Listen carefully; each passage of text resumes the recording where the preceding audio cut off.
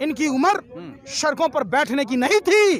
ये जालिम दरिंदे, नमक हराम नमक हलाल देश के नेता जो चंद पैसों के लिए अंबानी अडानी के सामने में तवाइफ की मुजरे गा रहा है, तवाइफ की तरह। इनका उम्र अपने घर में आराम करने की थी।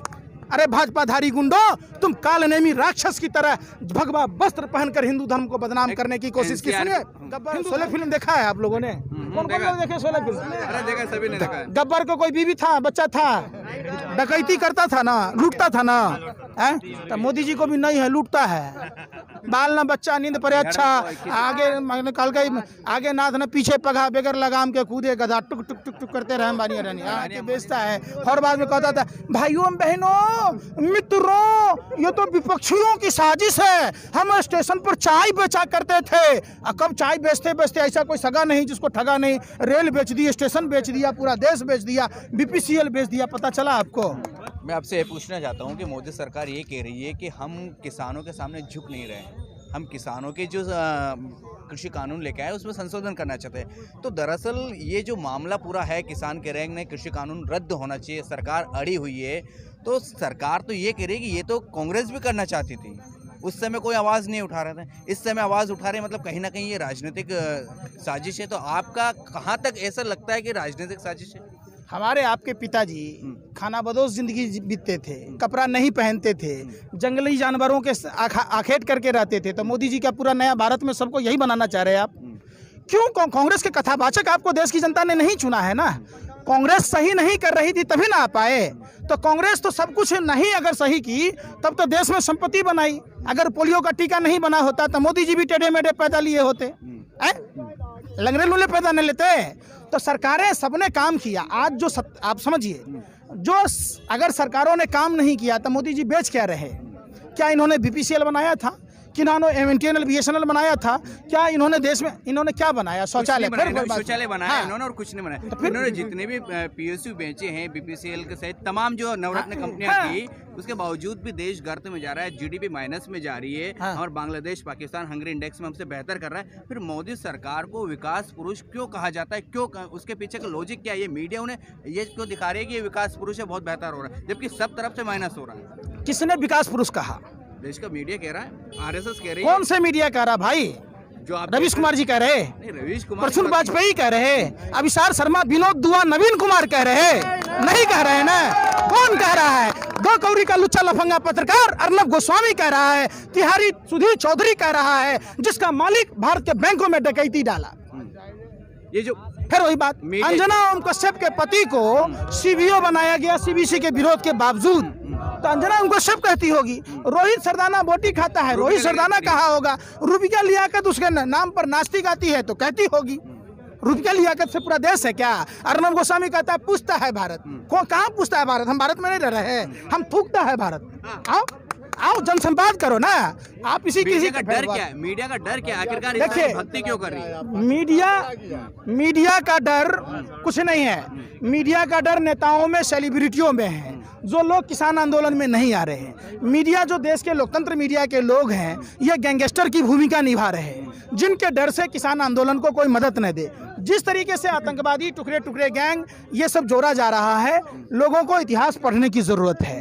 ये धर्म के रक्षक लोग हैं, ये देश के रक्षक लोग हैं, ये मानवता के रक्षक लोग हैं। ये आज पुनः अपनी जान की बाजी, देखिए इनकी उम्र सड़कों पर बैठने की नहीं थी।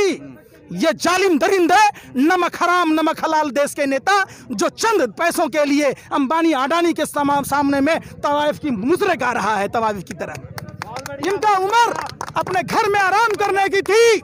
अरे भाजपाधारी गुंडों, तुम कालनेमी राक्षस की तरह भगवा वस्त्र पहनकर हिंदू धर्म को बदनाम करने की कोशिश की। सुनिए, हिंदू धर्म की रक्षा करने वाले ये लोग हैं, ये लोग देश की आजाद कराने वाले लोग हैं, ये देश की सरहदों को आज भी रक्षा करते हैं। लेकिन मोदी जी कहते थे कि हम आएंगे तो किसानों की आय दुगनी होगी, जबकि NCRB का डाटा कहता है कि दुनिया में सबसे ज्यादा जो आत्महत्या करता है वो भारत के किसान करता है। तो एक तरफ मोदी जी कह रहे हैं कि हम आय दुगनी करेंगे, दूसरी तरफ वो डीजल बहुत हाई रेट में चल रहा है, पेट्रोल बहुत है, कृषि यंत्र जो है वो बहुत ज्यादा है। सुनिए मोदी जी कैसे करेंगे?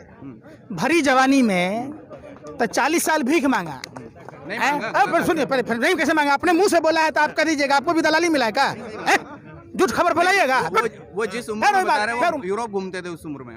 वो तो जब थे बैंकॉक वगैरह घूमते थे तो गरीब कैसे हुआ? गरीब कैसे हुआ? वही तो मैं कह रहा हूँ। हमको बताइए, सुनिए, जिस समय 50 पैसे में मसाला डोसा बिकता था, मोदी जी कहते कटिंग चाय 2 रुपया में बेचते थे, नाली से गैस बनाकर चाय बेचते थे, बादल से राडार को छुपा देते थे, ये उस समय में मेल करते थे जिस समय इंटरनेट था ही नहीं, कैमरा भी नहीं था उस समय, कैमरा भी नहीं था तो फोटो कहाँ से खिंचा लिए? समझे बात? मोदी जी के साथ पढ़ने वाला कोई दोस्त है जो स्कूल में कॉलेज में कहीं पढ़ा हो? मोदी जी को जन्मदिन को लेके भी विसंगतियां हैं। 18 साल की उम्र में शादी किए, 40 साल भीख मांगे, तो 40 18 58 हो गया, तो गुफा में कब गए? कब? एक बात सुनिए, पहले बात आप समझिए, उम्र इनका 1950 है जन्म तिथि, और 1950 में जब आदमी पैदा लिया तो 2020 में कितना साल उम्र होगा? 70 साल। तो 40 साल इसने भीख मांगा, भरी जवानी, जब हाथ पर सलामत था तो भीख का झक मराने के लिए मांगा है। 18 साल में शादी किया था, 58 साल। तो एमए इंटायर पॉलिटिकल साइंस कब किया, कब गुफा में गया? हमको बता दीजिए आप। एमए कितने साल में करेगा? मैट्रिक 14 साल में करेगा, इंटर 16 साल में करेगा, ग्रेजुएशन कम से कम 3 साल से 4 साल का होगा, तो 16 4 20 साल हो जाएगा। एमए 4 साल जोड़ लीजिए तो 24 साल हो गया। तो 40 साल भीख मांगा, 18 साल में शादी किया, 24 साल ही जोड़ दीजिए। कौन सा दर्जी 56 इंची का सीना नाप दिया भैया? है कहीं से कि चीन का नाम लेने में प्रधानमंत्री की पतलून गीली हो जाती है? एक बात बताइए, सैटेलाइट ये बताता है कि हरियाणा पंजाब में पराली जलता है, फिर वही बात, इतना भी दलाली नहीं की, फिर वही बात हम जब पूछते हैं, देखिए पत्रकार हैं, इसका ही मतलब नहीं कि आप अपने रानी अपने रौताइन हो जाइए। जनता की भी बात सुनिए, समझिए बात। जब बात साफ है, जब सैटेलाइट ये बताता है कि पंजाब में हरियाणा में पराली जलेगा तो दिल्ली में प्रदूषण हो रहा है, तो सैटेलाइट ही नहीं बताएगा कि गलवान घाटी में चाइना कब घुस गया जो झूला झूल रहे थे आप? सुनिए पहले बात, तो सैटेलाइट ही नहीं बताएगा कि पुलवामा में कब आतंकवादी वो 300 किलो RDX कहाँ से आया, वो कार किसकी थी? वो DSP देवेंद्र सिंह दिल्ली चुनाव से पहले जब दिल्ली आ रहा था आतंकवादी को लाके, कभी आपने देखा इनको समर्थन में रैली करते हुए? कठुआ में तो बीजेपी वाला इतना बेशर्म बेहाया निर्लज लोग है, ये मुंह में कालिक पोत के डूब मरना चाहिए। कैसी बात कर रहे हैं आप? जो समुदाय कल भी हमारे लिए खड़ा था, आज भी खड़ा है, इनकी उम्र घर में सोने की थी, इनका उम्र क्या है? नरेंद्र मोदी जी अर्जन उम्र हो के आया है। गब्बर 16 फिल्म देखा है आप लोगों ने? कौन कौन लोग देखे 16 फिल्म? अरे देखा, सभी ने देखा। गब्बर को कोई बीवी था, बच्चा था, डकैती करता था ना, लूटता था ना, है? तो मोदी जी को भी नहीं है, लूटता है। बाल ना बच्चा नींद पड़े अच्छा, आगे कल गई आगे नाथ न पीछे पगा, बेगर लगाम के कूदे गधा, टुक टुक टुक टुक करते रहे बानी रानी। अंबानी से मोह का कारण क्या है मोदी का? तो ये हेलीकॉप्टर का आपके पैसा से चढ़ता है। तो संचार मंत्रालय में कितने दिन का कैलेंडर है? कितने का? 28 दिन का। अच्छा, यानी रिचार्ज कराइएगा 27 दिन में। 3 दिन का घोटाला है। जियो नहीं, सारे फोन का। सुनिए पहले बात, 2004 से पहले लाइफ टाइम वैलिडिटी फोन में सुनने के लिए इनकमिंग कॉल के रिचार्ज नहीं कराने पड़ते थे, अब 49 का रिचार्ज कराना पड़ता है। इस सब पैसा घोटाला है ना। तब एक आदमी के पास में 2 गो सिम है, 50 रुपये महीना रिचार्ज कराया तो 300 1500 हुआ। 1500 के अगर 12 से गुना कीजिएगा तो 18,000 हुआ। और 200 रुपये महीना रिचार्ज अगर 1 महीने का कराइएगा तो कितना हुआ? 600। तो कितना हुआ? 6 700 78,000 करोड़ रुपये हुआ ना। तो ये पैसा मोदी जी के जेब में न गया, तो पैसा जो देगा उसी का ना काम करेगा। हम जनता को बलि का बकरा न बना दिया, तो ये शर्म नहीं है उसको? आप बताइए एक बात, जो निजीकरण कंपनी बैंक सब विलय कर दिया, प्राइवेट करेगा, तो जो कंपनी ठेका लेता है वो तो कहते थे, देखिए 2 आदमी हिंदू धर्म का बहुत पूरक है, वाल्मीकि समाज और सिख समाज। तो वाल्मीकि मंदिर में आए नरेंद्र मोदी जी, झाड़ू मारने लगे, आधा % सेस लगा दिया। तो वाल्मीकि समाज के सफाई कर्मचारियों को वेतन मिलता है, जो कच्चा में उसका पक्का हुआ। तो सवाल ही माइक लेके कहाँ हमारे पीछे घूमते हैं, जाके पूछे मोदी जी से। फिर वही बात, सरकार से भाजपा के किसी भी नेता या देश के दलाल मीडिया के भरवे पत्रकारों को आप नंबर लीजिए, आमने सामने करा दीजिए, मेरी बात का जवाब दे देगा, मैं उस दिन से बोलना बंद कर दूंगा, उसका गुणगान करूंगा। तो वही बात आप समझिए। देखिए, रेलवे में लालू यादव टिकट का दाम 1 रुपया कम किया, 50 करोड़ रुपए लोग डेली चलते हैं, यानी कि 1500 करोड़ रुपए का नुकसान रेलवे ने सहा। हजारों करोड़ रुपए के घोटाले में था रेलवे, लालू यादव ने 90,000 करोड़ रुपए के प्रॉफिट में ला दिया। तो क्या कहता था लालू यादव? पटरिया बेच दिया। 3 रुपए का प्लेटफॉर्म टिकट था, मोदी जी 20 रुपए कर दिया, आधा भारत में 50 रुपए कर दिया। ठीक है, टिकट के दाम फ्लेक्सिबल कर दिए, जहाँ के टिकट 200 रुपए 300 रुपए के थे, वहाँ 1000 1500 रुपए लिए जा रहे हैं। लोगों को घर से आने नहीं दिया जा रहा कि किसान आंदोलन में नहीं आए, काम पर नहीं जाए। अब उस रेल की स्थिति देखिए कि रेल घाटे में है, स्टेशन बेच दिया, चाय बेचते बेचते कब स्टेशन बेच दिया।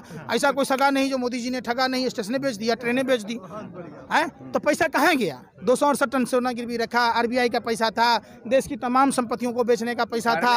अपने आप को राजा हरिश्चंद्र कहता है, झूठ जैसे राजा हरिश्चंद्र को सत्य बोलने के लिए जाना जाता है, देश को बर्बाद करने के लिए आधुनिक भारत के जयचंद प्रधानमंत्री, भस्मासुर प्रधानमंत्री नरेंद्र मोदी को झूठ बोलने के लिए जाना जाए। एक सवाल और, हाँ। मोदी जी जो ईमानदार पत्रकार है, रवीश कुमार, विनोद हुआ, नवीन कुमार हो गए, पुण्य प्रसाद वाजपेयी हो गए, ये उन्हें चैलेंज कर चुके हैं, इन्हें इंटरव्यू क्यों नहीं देते? इसके पीछे लॉजिक क्या है? डरते हैं, चमकते हैं, भय क्या है आखिरकार आपकी नजर में? अगर नहीं डरते, दाल में काला नहीं ना है, पूरा दाले काला है। जो बादल गरजता है वो बरसता नहीं है, नहीं समझे? तो यही बात है। किसानों की समस्या कोई बहुत बड़ी समस्या नहीं है। देश के नेता जो सत्ता में बैठे लोग हैं ये सुलझाना नहीं चाहते। और रंजन गोगोई जैसे जज हैं जिसने अपना जमीर बेच रखा है, उसके लिए तो कुछ कहना ही नहीं है। आज न्यायपालिका, कार्यपालिका, विधायिका, चौथा हो गया लोकतंत्र के चौथे स्तंभ कहे जाने वाले मीडिया के पत्रकार, ये चारों मिलके देश को गर्त में ढकेल दिया। देश अगर गुलाम होगा तो इन चारों का स्थान होगा। चलिए, बहुत बहुत धन्यवाद आपका, बहुत अच्छा लगा आपसे बात करके।